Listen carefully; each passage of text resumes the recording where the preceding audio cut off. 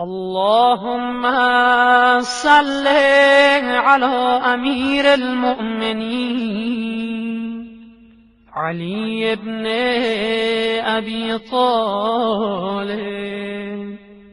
أخي نبيك ووليه وصفيه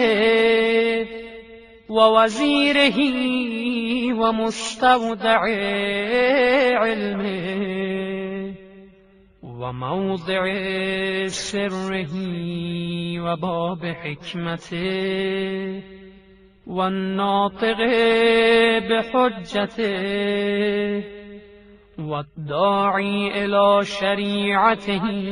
وخليفته في أمته ومفرج الكرب عن وجهه قاسم